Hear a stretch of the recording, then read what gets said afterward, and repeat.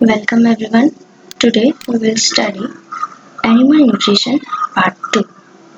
Animal Nutrition Part 2 हम देखेंगे जिसमें हम ह्यूमन डाइजेशन पर मेनली फोकस करेंगे। ह्यूमन डाइजेशन में सबसे पहले हम लोगों को ह्यूमन डाइजेशन पढ़ने के लिए हम लोगों को देखना पड़ेगा कि एलिमेंट्री कैनाल क्या होता है। एलिमेंट्री कैनाल में बहुत सारे कंपार्टमेंट्स होते हैं जैसे कि buckle cavity, oesophagus, stomach, pancreas, large intestine, small intestine, ये सब कंपार्टमेंट्स हैं और जिसमें मेनली कुछ ग्लैंड्स भी हैं जैसे कि salivary glands, liver and pancreas. Pancreas gland के अंदर आएगा। कंपार्टमेंट जो है buccal cavity, oesophagus, stomach, small intestine, large intestine, rectum and anus. These are the compartments of alimentary canal. What is alimentary canal? Alimentary canal is a tube-like structure which is about 8 to 10 meter long. So, let's move and see the compartment in detail. The buccal cavity, the food pipe, the other name of food pipe will be esophagus. Okay. Stomach, small intestine, large intestine, rectum and anus. और जो digestive juices है वो release करते हैं। Salivary glands जो है वो सैलिवाई release करता है। लीवर जो है बाइल जूस रिलीज करता है। पैनक्रियास जो है पैनक्रियाटिक जूस रिलीज करता है। तो अब हम इसमें जो प्रोसेस इन्वॉल्व है वो देखेंगे। फर्स्ट प्रोसेस जो है डाइजेशन में, जब ह्यूमन का डाइजेशन होता है उसमें अलग अलग स्टेप वाइज अलग अलग कंपार्टमेंट में जाकर अलग अलग प्रोसेस होता है, तो वो चीज़ हम देख रहे हैं। इंजेशन, पहला जो है ingestion is the process of taking food into the mouth. हम लोग जब फूड को इनटेक कर लेते हैं उसके बाद जो बकल कैविटी में जो हमारा फंक्शन होता है वो हमारा इंजेशन होता है।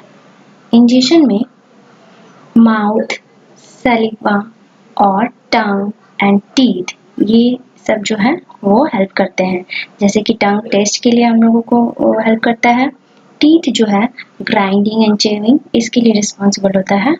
उसके बाद जो सैलिवा है वो क्या करता है, कार्बोहाइड्रेट को सिंपलर शुगर में कन्वर्ट करता है। तो ये इंजेशन हमने देख लिया। सेकंड जो प्रोसेस है वो डाइजेशन, ये स्टमक में होता है। जब एसोफेगस से फूड जो है स्टमक में चला जाता है तो वहाँ पर जो उसको आगे का डाइजेशन जो प्रोसेस होता है, जैसे कि कॉम्प्लेक्स फूड को सिंपलर वन में कन्वर्ट करना, वो हमारा डाइजेशन कहलाता है, जो कि एब्डोमेन में होता है। थर्ड प्रोसेस है एब्जॉर्प्शन, ये स्मॉल इंटेस्टाइन में होता है। इसमें क्या होता है कि जितने भी फूड डाइजेस्ट हो चुके हैं वो इंटेस्टाइनल वॉल से पास होते हुए ब्लड स्ट्रीम में जाते हैं। ब्लड स्ट्रीम में जाने के बाद का जो स्टेप है वो असिमिलेशन होता है। जैसे कि अब डाइजेस्टेड फूड तो ब्लड स्ट्रीम में चलेगा, लेकिन उसी ब्लड स्ट्रीम से ट्रांसपोर्ट होके अलग अलग बॉडी सेल्स में जाएंगे और वहां से हम एनर्जाइज फील करते हैं। उसके बाद लास्ट जो प्रोसेस है egestion is the process of taking और removing undigested food from the body, ये इजेशन कहलाता है। इजेशन में जो वेस्ट मटेरियल है वो एनस के थ्रू बाहर हो जाते हैं। तो ये सारा हमारा प्रोसेस था जो कि ह्यूमन डाइजेशन में होता है और ये कंटिन्यू चलते रहता है। इसके बाद का जो स्टेप्स है हम लोग डिटेल में देखेंगे कि माउथ और बकल कैविटी जो कंपार्टमेंट्स है एलिमेंट्री कैनाल के, उसमें कैसे कैसे ये स्टेप्स टेक्स प्लेस होते हैं। तो पहला स्टेप्स है इंजेशन, जो कि माउथ और बकल कैविटी में होता है। इसमें सबसे पहले टीथ क्या करता है, जो फूड है, जो कॉम्प्लेक्स फूड है उसको स्मॉलर पीसेस में तोड़ देता है। उसके बाद सैलिवा जो है वो उसमें जो जितने भी कार्बोहाइड्रेट्स या फिर शुगर्स जो आते हैं उसको सिंपल शुगर में कन्वर्ट करता है बाय यूजिंग सैलिवा। नेक्स्ट टंग क्या करता है, हम लोगों को मिक्स करने के लिए सैलिवा में जो फूड आता है उसको मिक्स करने के लिए वो रिस्पॉन्सिबल होता है।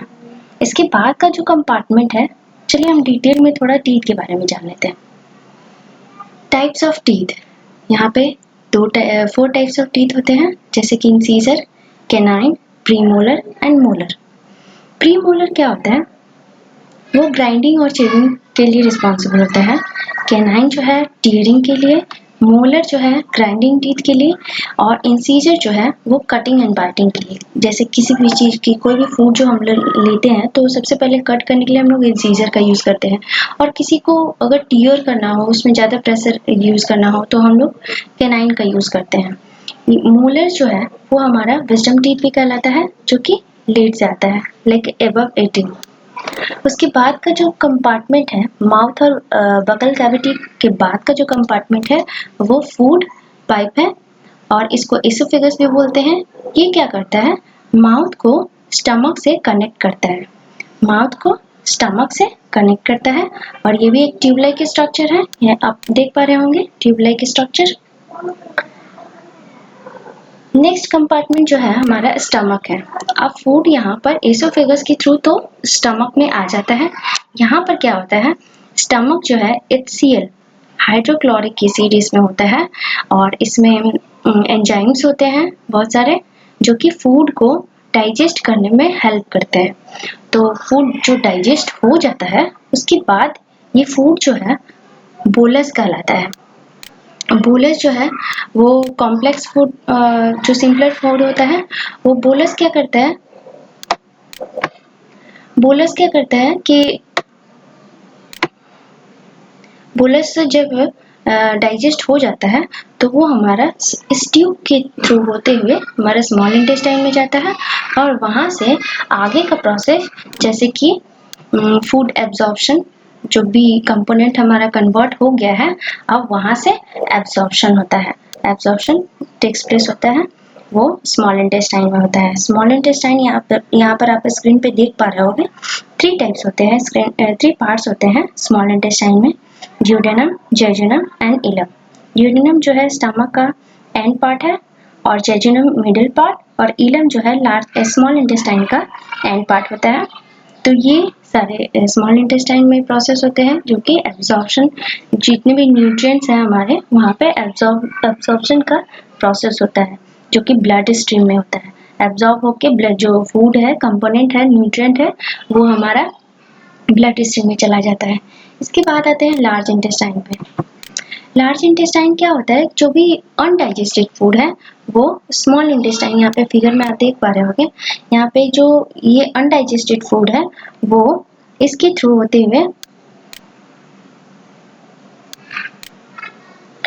ये अनडाइजेस्टेड फूड दिख रहा है आपको यहाँ पे, तो ये स्मॉल इंटेस्टाइन लार्ज इंटेस्टाइन के थ्रू होते हुए ये वापस एनस में और रेक्टम में ये रिलीज हो जाते हैं। तो ये हमारा लार्ज इंटेस्टाइन का फंक्शन है। लार्ज इंटेस्टाइन मेनली जो होता है वो फीकल अनडाइजेस्टेड मटेरियल के रिमूवल के लिए होता है, इसको लार्ज बॉल भी कह सकते हैं, और स्मॉल इंटेस्टाइन को स्मॉल बॉल कहते हैं। इसका जो मेन 3 प्राइमरी फंक्शन होते हैं, जो कि सबसे पहले होता है फूड मटेरियल को एब्जॉर्ब करना, जो भी वाटर को एब्जॉर्ब करना, और उसके बाद जो प्रोड्यूस विटामिन्स है, जो उसको फीकस में, जो अनडाइजेस्टेड मटेरियल है उसको फीकस में कन्वर्ट करके उसका रेक्टम के थ्रू एलिमिनेशन करना। इसका जो एवरेज एडल्ट में जो साइज होता है वो 1.5 मीटर लॉन्ग होता है और 5 मीटर वाइड होता है। That's all for today. ये हमारा आज का चैप्टर खत्म हो गया, और उसके बाद हम नेक्स्ट में देखेंगे जो चैप्टर 3 है। जो भी इम्पोर्टेंट थे वो हमने आज कवर कर लिया है। तो stay tuned and see you in next video. Thank you.